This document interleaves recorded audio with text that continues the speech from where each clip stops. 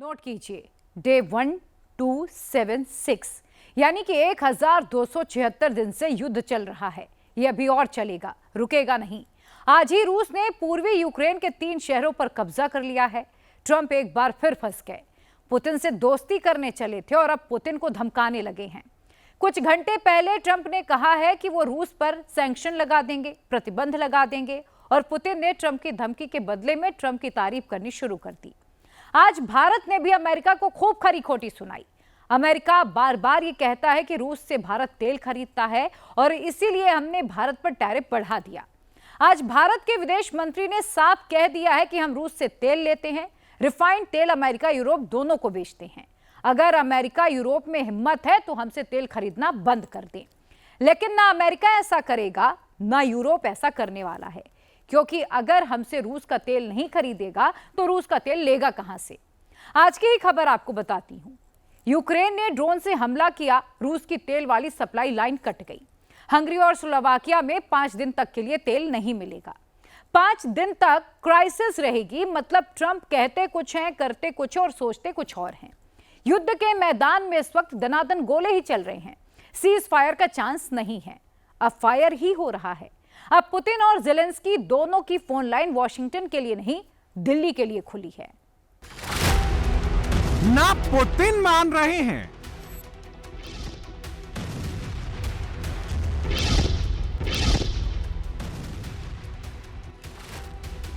ना ज़ेलेंस्की झुक रहे हैं।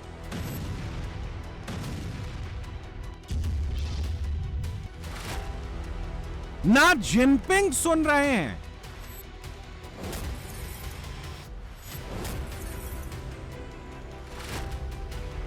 ना मोदी भाव दे रहे हैं।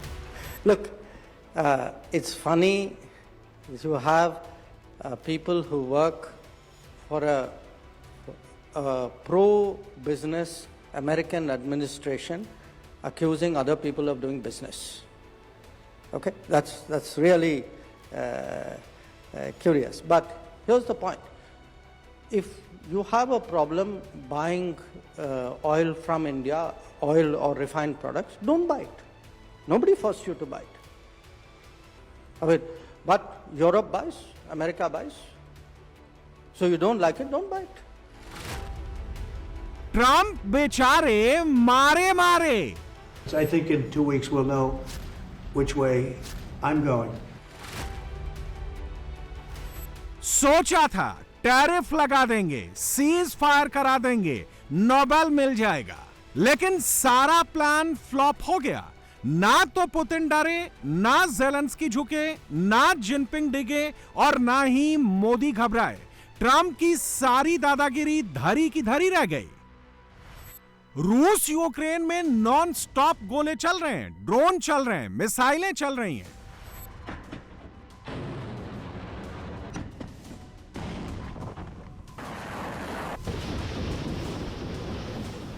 चीन रूस से नॉन स्टॉप तेल ले रहा है, ट्रंप के टैरिफ पर जमकर बोल रहा है।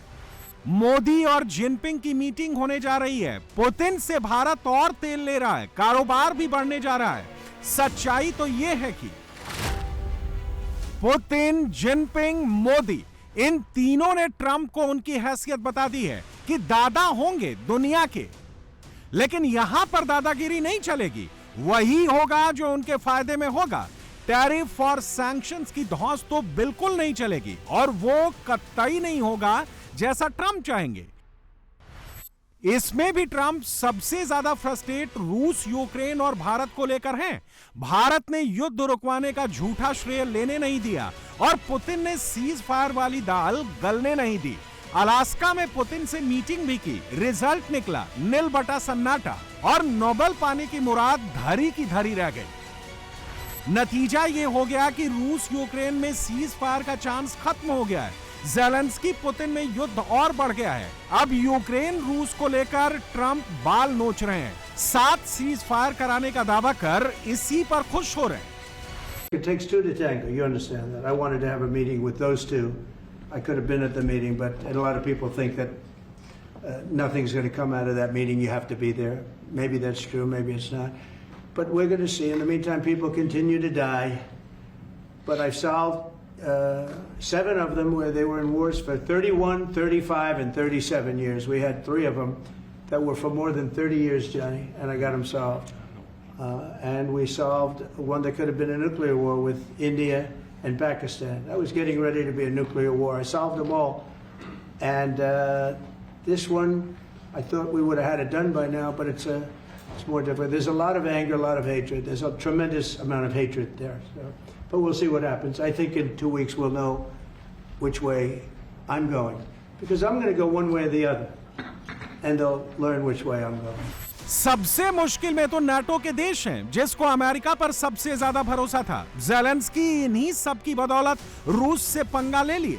लेकिन पुतिन के सामने ट्रंप ने भी हथियार डाल दिए हैं, क्योंकि पुतिन ने ट्रंप को मैसेज दे दिया है कि युद्ध जब वो चाहेंगे, जैसे चाहेंगे, वो होगा। नाटो देशों के हाथ पांव फूल गए जब अमेरिकी उपराष्ट्रपति ने कह दिया कि कीव की सुरक्षा की जिम्मेदारी यूरोप को लेनी चाहिए। ज़ेलेंस्की और यूरोपीय देश ट्रंप के इस रुख से सकते में खुद को अकेला पा रहे हैं।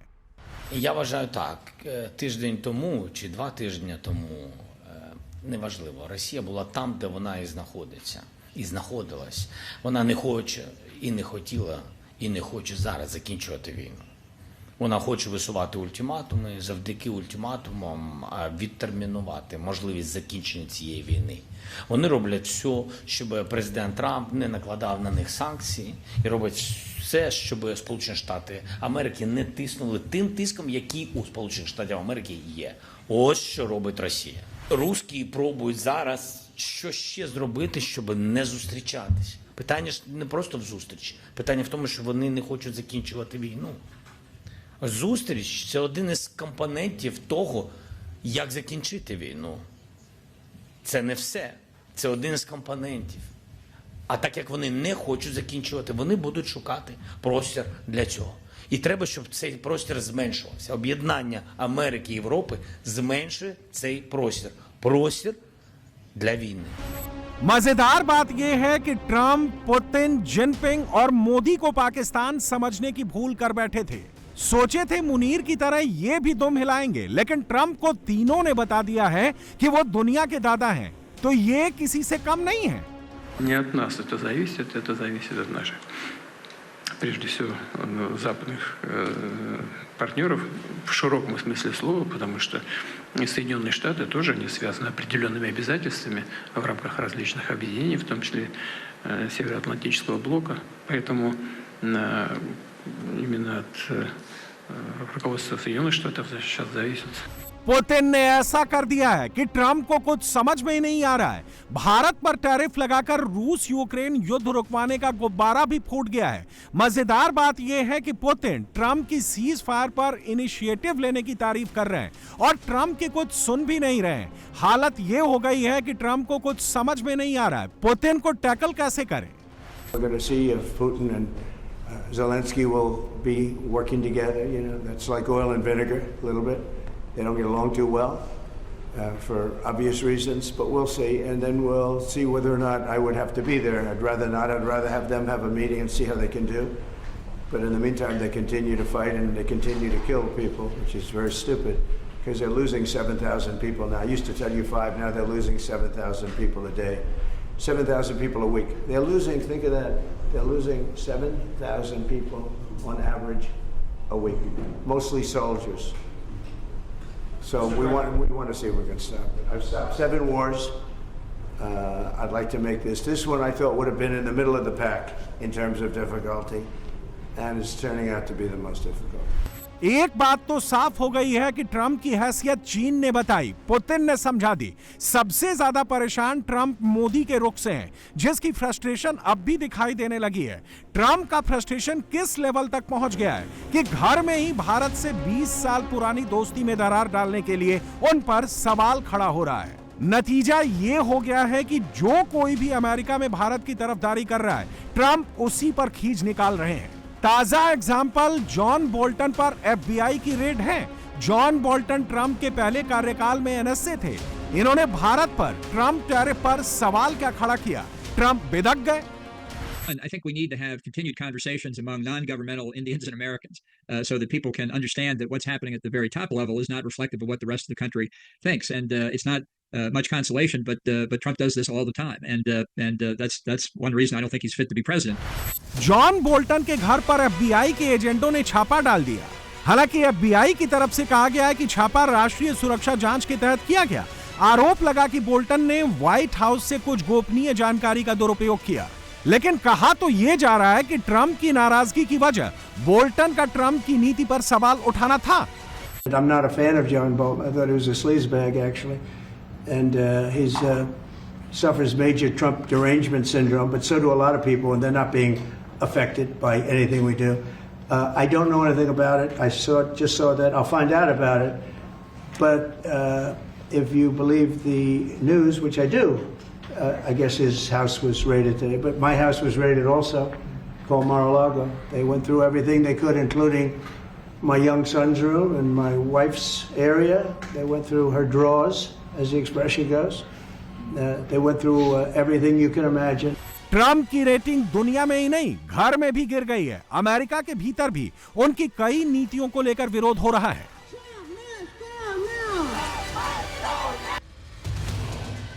ट्रंप को पुतिन ज़ेलेंस्की से ज्यादा टेंशन मोदी को लेकर हो रही है, क्योंकि मोदी ट्रंप को कोई भाव नहीं दे रहे हैं, ना फोन कर रहे हैं और ना ही टैरिफ को लेकर कोई बात कर रहे हैं। ट्रंप टैरिफ पर ज्ञान दे रहे हैं तो उल्टे भारत से उनको ज्ञान मिल जा रहा है। We've not had a US president who's conducted foreign policy as publicly as the current one. That itself is a departure. That's not limited to India. That's limited. In fact, for that matter, who's not conducted his domestic policies as publicly as this one too. So I think we got to understand, before I come to India, US, that the President Trump's way of dealing with the world, even dealing with his own country, is a very major departure from the traditional orthodox manner of doing so. I mean, negotiations are still going on in the sense that nobody said the negotiations are off. I mean, and people do talk to each other. I mean, it's not like there's a kutti there. So look. कहा तो ये जा रहा है कि रूस का tariff तो बस बहाना है। असल में ट्रंप को सबसे ज्यादा परेशानी इस बात की है, मोदी ने अमेरिका के एग्रीकल्चर मार्केट खोलने के सपने को चूर कर दिया और जिस तरह से मोदी ने ऑपरेशन सिंदूर में अपनी आत्मनिर्भर डिफेंस ताकत दिखाई है, ट्रंप को सबसे ज्यादा इसी से मिर्ची लग गई है। टैरिफ वॉर से पहले चीन अमेरिका से बड़ी तादाद में सोयाबीन जैसे एग्रीकल्चर प्रोडक्ट अमेरिका से खरीदता था, लेकिन एक रिपोर्ट के मुताबिक अगर सोयाबीन की बात कर लें तो पिछले कुछ महीनों से सोयाबीन खरीद का एक भी कॉन्ट्रैक्ट नहीं किया है। अपना सोयाबीन नहीं बिकने से अमेरिकी किसान बुरी तरह से परेशान है।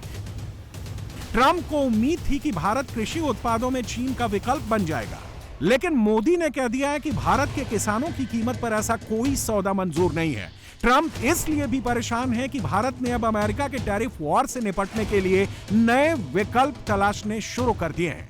अमेरिका भारत के इस रुख से ही अपनी खींच निकाल रहा है। ट्रंप की तिलमिलाहट इसलिए भी बढ़ गई है कि मोदी ने ट्रंप के लिए चक्रव्यूह की रचना भी शुरू कर दी है। प्रधानमंत्री नरेंद्र मोदी इसी महीने के आखिर में चीन और जापान की यात्रा पर जा रहे हैं। उनकी इस यात्रा से अमेरिकी राष्ट्रपति डोनाल्ड ट्रंप को और भी ज्यादा मिर्ची लग सकती है। पीएम मोदी जापान के प्रधानमंत्री शिगेरू इशिबा के निमंत्रण पर 30 अगस्त को 15वें भारत जापान वार्षिक शिखर सम्मेलन में हिस्सा लेने के लिए 29 अगस्त को रवाना होंगे। इस डेवलपमेंट के बाद क्वाड पर खतरे के बादल मंडराने लगे हैं। अगर ऐसा होता है तो ट्रंप की सबसे बड़ी ग्लोबल डिफीट होगी। ट्रंप को पता नहीं है कि मोदी घायल शेर बन चुके हैं और घायल शेर बहुत ज्यादा खतरनाक होता है। ये बात ट्रंप जितनी जल्दी समझ लें उतना ठीक है, क्योंकि भारत अब पहले वाला भारत नहीं है। वो धोखेबाजी से लड़खड़ाता जरूर है, लेकिन अपने दम पर खड़ा होने का मादा भी रखता है।